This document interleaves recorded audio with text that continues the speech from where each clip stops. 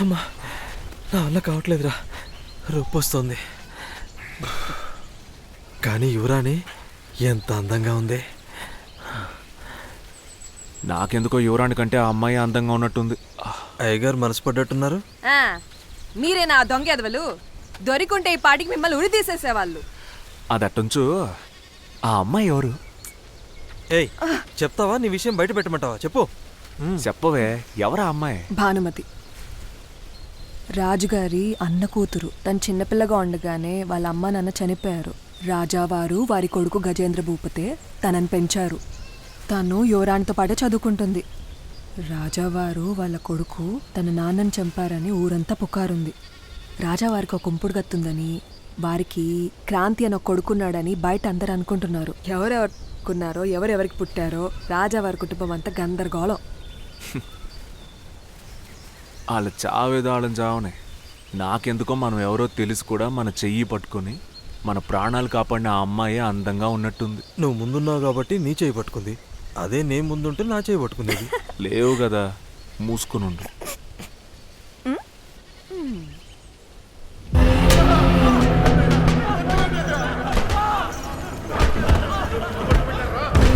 కొట్టే హక్కు వీళ్ళకి ఎవరిచ్చారు? ఈ జనం అడుగు పెడితే ఆ గుడి ఏమైనా మైలపడుతుందా? గట్టి నూలని కాపుల వాళ్ళతో బయట అడ్డుకుని మీరు లోపలికి వెళ్ళచ్చా?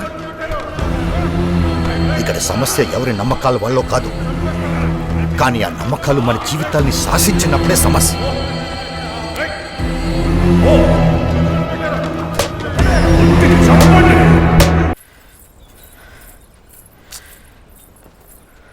భానుమతి, భానుమతి, భానుమతి, ఒక నిమిషం నేను చెప్పేది విను. ఒక నిమిషం ఆగు.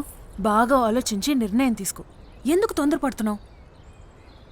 సరే, పోనీ అన్నయ్యతో నాన్నతో నేను మాట్లాడినా?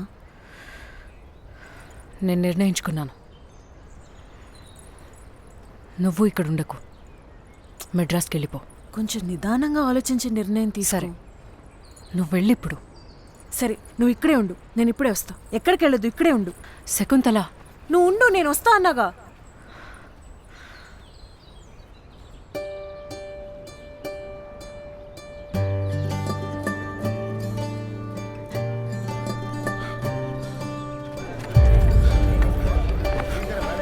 జరుగు.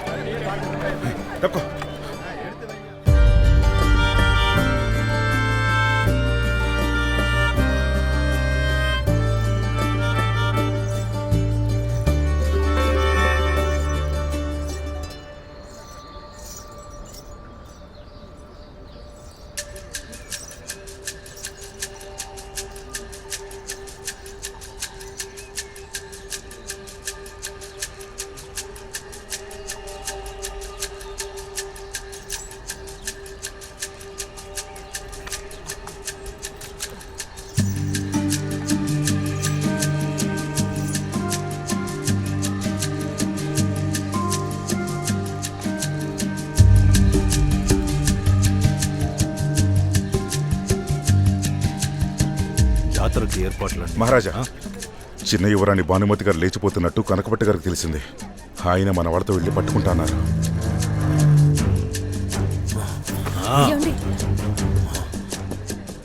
దాన్ని చంపడానికి మనకు ఒక కారణం దొరికింది. శకుంతల ఇక్కడే ఉంటే మనల్ని ఆ పని చేయనివ్వ. దాన్ని మద్రాస్కి పంపించు. మమ్మల్ని వదిలి ఎక్కడికి వెళ్ళలేదు.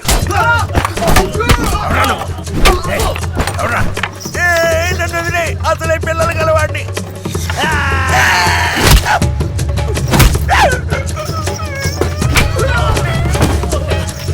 రండి రండి రండి.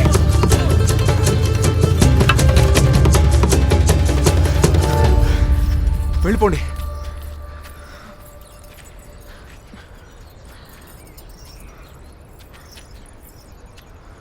మీరు భానుమతే కదా?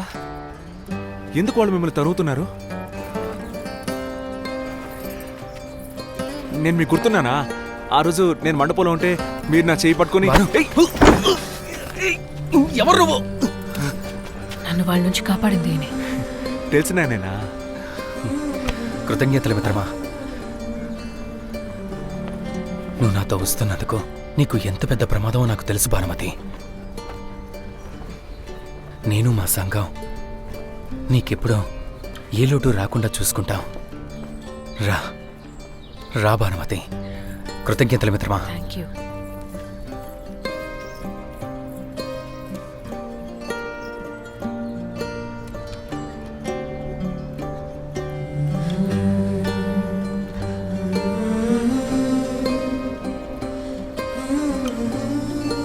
కూడా చనిపోయింది.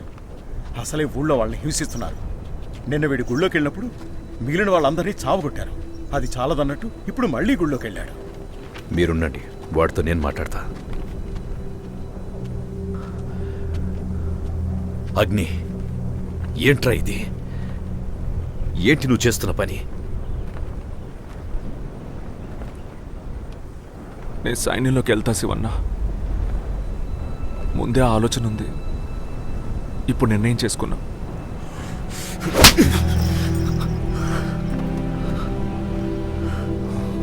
నా ఆశయమే తెల్ల వెళ్ళగొట్టడం. నువ్వు వాళ్లతో కలిసి మొరుగుతూ నన్ను అవమానిస్తావా? ఊరి జనం ఉసురు తగులుతుంది అగ్ని. అది మంచిది కాదు. ఏది మంచిది కాదు? ఏది కాదన్నా? నువ్వు స్వతంత్రం కోసం పోరాడుతున్నావే, ఎవరి స్వతంత్రం కోసం? తెల్లదొరల నుంచి ఈ దేశాన్ని కాపాడి మనల్ని ఆడించే ఈ రాజుల చేతిలో పెడతావా? వాళ్ళేమో మన తాత ముత్తాతలు కట్టిన గుళ్ళోకి మనల్ని రావద్దని మనకే అడ్డు చెప్తున్నారు. నువ్వు వాళ్ళ కోసం పోరాడుతున్నావు. ఇప్పుడు ఇంతకు ముందులా కాదు, అన్ని మారుతున్నాయి. ఏం మారింది? ఇంకా మారతాయి. ఏం మారింది శివన్నా? చెప్పు. గుళ్ళో దేవుణ్ణి చూడనిస్తారా? చెప్పు శివన్నా, మన జనాన్ని గుళ్ళోకి రాణిస్తారా? మనల్ని పెంటతో సమానంగా చూస్తున్నారు. వీళ్ళేమో కాళ్ళకి చెప్పులు వేసుకోకూడదు అంటున్నారు. సైన్యంలోకి వెళ్తే తెల్లదొరలు బూట్లు ఇస్తున్నారు. వీళ్ళేమో వాళ్ళకి వంగి వంగి దండాలు పెట్టాలంటున్నారు. వాళ్ళేమో వాళ్ళకి సమానంగా కూర్చోబెట్టి భోజనం పెడుతున్నారు. వీళ్ళు అణిచేస్తున్నారు, వాళ్ళు మర్యాద ఇస్తున్నారు. ఆ మర్యాదే నాకు స్వతంత్రం. నువ్వు ఎవరి కోసం పోరాడుతున్నావు, దేనికోసం పోరాడుతున్నావు? నువ్వు పోరాడు, నేను పోతా. వాళ్ళంత మంచివాళ్లే అయితే వ్యాపారం చేయడానికి వచ్చి మనల్ని ఎందుకు ఓ పాలిస్తారు? అబ్బా, తెల్లోడు రాకముందు మనం స్వేచ్ఛగా ఉన్నామా? ఇంతకుముందు వీళ్ళు ఆడించేవాళ్ళు, ఇప్పుడు వాళ్ళు ఆడిస్తున్నారు. వీళ్ళ దగ్గర బానిసలమే, వాళ్ళ దగ్గర బానిసలమే. ఎవరి దగ్గర బానిసలుగా ఉంటే ఏంటి?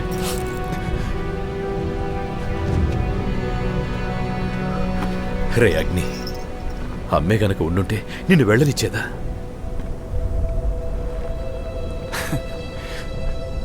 అమ్మ గురించి నువ్వు మాట్లాడుతున్నావా శివన్న?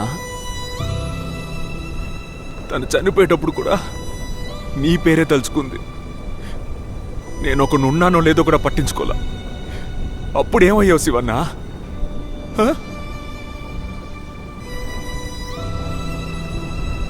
నాకు ఇక్కడ ఎవరున్నారు? ఇక్కడ ఎవరు లేరు శివన్న. అమ్మ లేదు, ఈ ఊరు లేదు. నువ్వు ఉన్నా నాకు లేనట్టే.